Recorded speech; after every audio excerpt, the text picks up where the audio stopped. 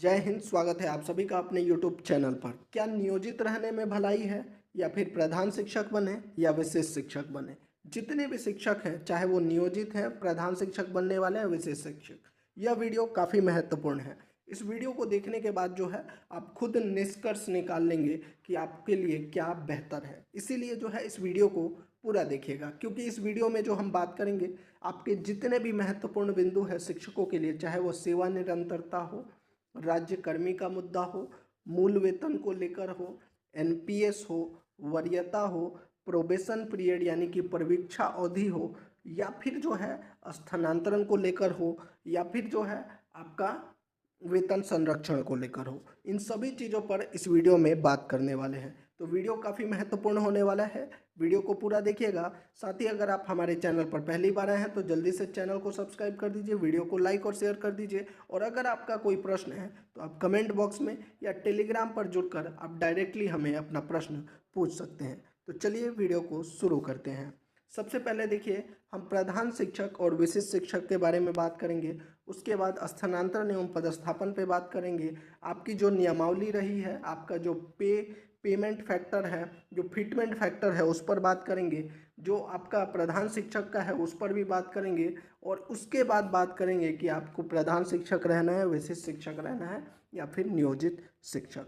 तो चलिए सबसे पहले देख लेते हैं। तो देखिए, प्रधान शिक्षक और विशेष शिक्षक में जो है सबसे महत्वपूर्ण यहाँ पर जो है सेवा निरंतरता। अब यहाँ पर जो है कुछ लोगों को यह भी डाउट है, सेवा निरंतरता और वेतन संरक्षण जो पे प्रोटेक्शन है, इसमें क्या अंतर है? तो देखिए, इसको जो है एक उदाहरण के माध्यम से आपको समझा देते हैं। सबसे पहले देखिए, सेवा निरंतरता जो है प्रधान शिक्षक में भी नहीं है, विशेष शिक्षक में भी नहीं है। क्यों नहीं है, उसके बाद उदाहरण बताएंगे। देखिए, प्रधान शिक्षक जो है एक नया संवर्ग का गठन हो गया, आपकी नियमावली में क्लियरली है। और इनकी वरीयता भी जो है अब जो है मेधा सूची के आधार पर, यहाँ यानी कि प्रधान शिक्षक में भी सेवा निरंतरता का लाभ नहीं है। वहीं कल जो है आपने शिक्षा मंत्री के मुंह से भी सुन लिया होगा कि सेवा निरंतरता का लाभ जो है विशेष शिक्षक को नहीं मिलेगा। अब जो वेतन संरक्षण है और सेवा निरंतरता है, उसको यहाँ पर समझ लेते हैं। तो देखिए, जो आपका विशेष शिक्षक का नियमावली था उसमें क्या लिखा था कि विशेष शिक्षक स्थानीय निकाय नियमावली 2020 के तहत उन्हें प्रदान किए गए पूर्ण वेतन संरक्षण पे प्रोटेक्शन प्राप्त करेंगे। नई वाली नियमावली जो है उसमें भी यही था कि आपका जो है पे प्रोटेक्शन मिलेगा, यानी वेतन संरक्षण मिलेगा। अब वेतन संरक्षण को समझने के लिए आपको ये दिखा देते हैं, आपका जो फिटमेंट मैट्रिक्स टेबल है। उदाहरण के तौर पर 2006 के जो शिक्षक हैं, इनका जो है पीआरटी के जो 2006 के शिक्षक हैं, नियोजित शिक्षक हैं, इनका जो है वेतन है 27,820 रुपये मूल वेतन है। अब इनको जो है क्या मिलेगा? वेतन संरक्षण का लाभ। अब वेतन संरक्षण का लाभ मिलेगा, यानी कि इनका अभी नया वेतन कितना होगा? पहले इनका 27,820 है मूल वेतन, तो यहाँ पर इनका जो नया वाला होगा वो 28,140 हो जाएगा। ये कब होगा इनका 28,140? जब इनको वेतन संरक्षण का लाभ मिलेगा। वहीं अगर इनको सेवा निरंतरता का लाभ मिलता तब इनका नया मूल वेतन कितना होता, तो उसको समझ लेते हैं। तो देखिए, 2006 से ये शिक्षक हैं और अभी है 2024, यानी कुल कितना इनका सर्विस हो गया? 18 वर्ष का सर्विस हो गया। तो अगर इनको सेवा निरंतरता का लाभ मिलता तो इनका जो है 18वें इंडेक्स के हिसाब से सैलरी मिलता, यानी 18वां साल ये हो गया, यानी इनका कितना हो जाता? मूल वेतन 41,320। जबकि इनका जो है वेतन संरक्षण यानी वर्तमान में कितना मिल रहा है? 28,140। और नियोजित रहने पे कितना है? 27,820। यानी अगर सरकार जो है वेतन संरक्षण का लाभ देती है तो इसमें ज़्यादा नहीं, सिर्फ एक इंक्रीमेंट का जो है फ़ायदा होगा। लेकिन अगर सेवा निरंतरता का लाभ मिलता है तो यहाँ पर क्लियरली लगभग आपका जो है 15,000 रुपये बढ़ जाता है। यानी कि जो है सेवा निरंतरता इसीलिए आपको नहीं मिल रहा है क्योंकि जो है इसमें जो है वेतन जो है काफ़ी ज़्यादा बढ़ जा रहा है। और इसी को लेकर शिक्षा मंत्री ने भी क्लियरली कहा है कि शिक्षकों को जो है सेवा निरंतरता का लाभ नहीं मिलेगा, जिसकी मांग लगातार जो है बहुत से शिक्षक संघ भी कर रहे हैं। तो ये हो गया आपका वेतन संरक्षण और जो है आपका सर्विस कंटिन्यूटी, जो सेवा निरंतरता, जो कि दोनों में ही नहीं मिल रही है। अब बात करते हैं राज्यकर्मी का। तो देखिए, राज्यकर्मी आप प्रधान शिक्षक में भी हैं और विशिष्ट शिक्षकों में भी आपको राज्यकर्मी की सुविधा मिल रही है। मूल वेतन की बात करें तो प्रधान शिक्षक का 30,500 है। विशिष्ट शिक्षक का अगर आप पीआरटी में हैं तो 25,000 रुपये मिनिमम है। और बाकी अगर पुराने शिक्षक हैं तो जो भी आपका वेतन है उससे आप एक इंक्रीमेंट आप अपने इंडेक्स के हिसाब से देख लीजिए।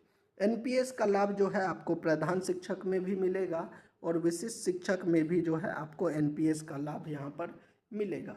वरीयता की बात करें तो वरीयता जो है इसमें नए तरीके से क्लियरली आपका जो है नियमावली है प्रधान शिक्षक का, उसमें है कि नया संवर्ग बन गया तो वरीयता भी जो है आपके मेधा सूची के आधार पर रहेगी।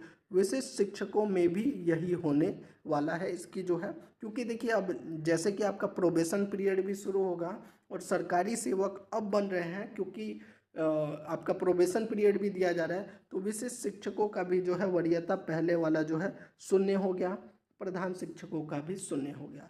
अब यहाँ पर प्रोबेशन पीरियड की बात आती है, तो प्रोबेशन पीरियड जो है विशिष्ट शिक्षक का रहेगा।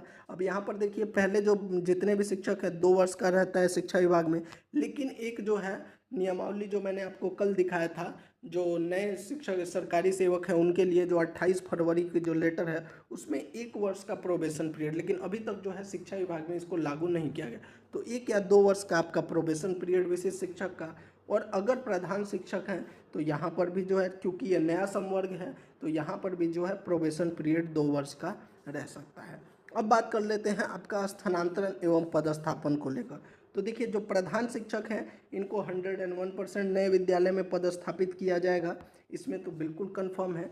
विशिष्ट शिक्षकों का भी जो है पदस्थापन होना था, लेकिन जो है चूंकि आपने देखा होगा 20 तारीख को जो है 20 नवंबर को मुख्यमंत्री ने घोषणा की थी कि जितने भी विशेष शिक्षक हैं उनको जो है सक्षमता पात्र शिक्षकों को उन्हीं के विद्यालय में जो है राज्यकर्मी बनाया जाएगा। लेकिन सुनील कुमार जो शिक्षा मंत्री हैं उन्होंने यह भी कहा है कि सक्षमता 5 यानी 5 सक्षमता परीक्षा के बाद जो है एक साथ स्थानांतरण किया जाएगा, पदस्थापित किया।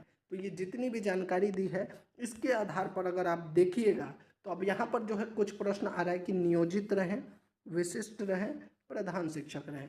तो देखिए मैं आपको तीनों में जो है ये मेरे विचार हैं, आप इन जानकारी के आधार पर जो है आपको क्या लगता है कमेंट में बताइएगा। लेकिन अगर आपके पास ये तीनों ही विकल्प है तो मैं कहूँगा आप प्रधान शिक्षक में जाएं। क्यों? क्योंकि यहाँ पर आपका वरीयता 0 है, फिर भी आप जो है विद्यालय में जो है सबसे मतलब प्रधान है, यानी आपके अंडर लोग रहेंगे, आप किसी के अंडर नहीं हैं विद्यालय में, आप विद्यालय के प्रधान हैं। तो कहीं ना कहीं अगर आपके पास ये तीनों ऑप्शन है तो आप प्रधान शिक्षक बने। अगर आपके पास नियोजित और विशिष्ट शिक्षक वाला ऑप्शन है तो आप विशिष्ट शिक्षक बने, क्योंकि आपको जो है राज्यकर्मी का भी यहाँ पर लाभ मिल रहा है। हालांकि देखिए कुछ शिक्षक हैं जो नियोजित शिक्षक है, जो पुराने शिक्षक हैं, उनको लग रहा होगा कि हमारा जो है सेवा निरंतरता का लाभ नहीं मिल रहा है और अब हम जूनियर हो जाएंगे। तो ये देखिए ये जो आपकी घोषणा की गई है शिक्षा मंत्री के द्वारा की गई है, इसमें बदलाव होना काफ़ी मुश्किल है, क्योंकि मैंने आपको दिखा दिया कि अगर आपको सेवा निरंतरता का लाभ दिया जाएगा तो वेतन में कितना फ़र्क पड़ जाएगा। लगभग 15,000 का फ़र्क पड़ रहा है अगर 2006 का शिक्षक का अगर सेवा निरंतरता दिया जाए तो ये थी पूरी जानकारी। अगर आपको अच्छी लगी हो या फिर अभी भी आपका कोई प्रश्न है और इस पर आपके क्या विचार हैं कमेंट बॉक्स में ज़रूर बताइएगा। और ऐसी ही सही जानकारी और अच्छी जानकारी देखने के लिए हमारे चैनल को ज़रूर सब्सक्राइब कर दीजिएगा।